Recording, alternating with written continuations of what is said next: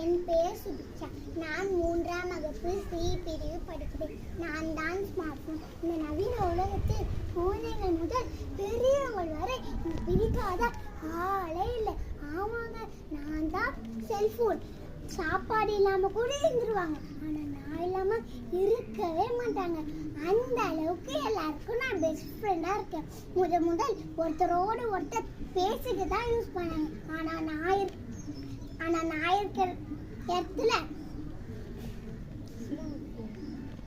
Radio, TV, calculator, calendar, இதுக்கு news paper, இதுக்கெல்லாம் ஒரு வேலையே இல்லை. நிறைய குழந்தைங்களுக்கு சாப்பிடக்கும் தூங்கக்கும் என்னதான் யூஸ் பண்றாங்க.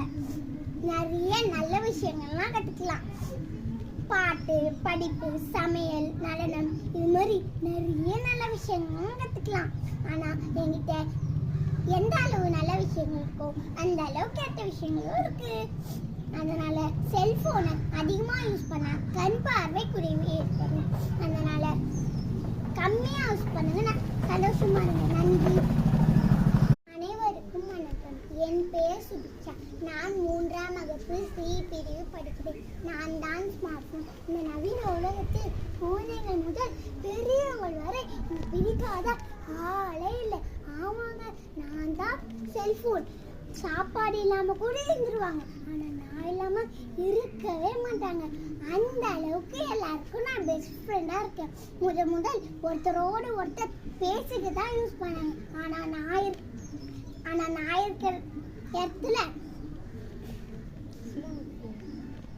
ரேடியோ, டிவி, கால்குலேட்டர், காலண்டர், இதுக்கு நியூஸ் பேப்பர், இதுக்கெல்லாம் ஒரு வேலையே இல்லை. நிறைய குழந்தைங்களுக்கு சாப்பிடக்கும் தூங்கக்கும் என்னதான் யூஸ் பண்றாங்க. நிறைய நல்ல விஷயங்கள்லாம் கத்துக்கலாம். பாட்டு, படிப்பு, சமையல், நடனம், இது மாதிரி நிறைய நல்ல விஷயங்களும் கத்துக்கலாம். ஆனா என்கிட்ட எந்த அளவு நல்ல விஷயங்கள் இருக்கோ அந்த அளவு கெட்ட விஷயங்களும் இருக்கு. அதனால செல்போனை அதிகமா யூஸ் பண்ணா கண் பார்வை குறைவு ஏற்படும். அதனால கம்மியா யூஸ் பண்ணுங்க. நான் சந்தோஷமா இருங்க. நன்றி.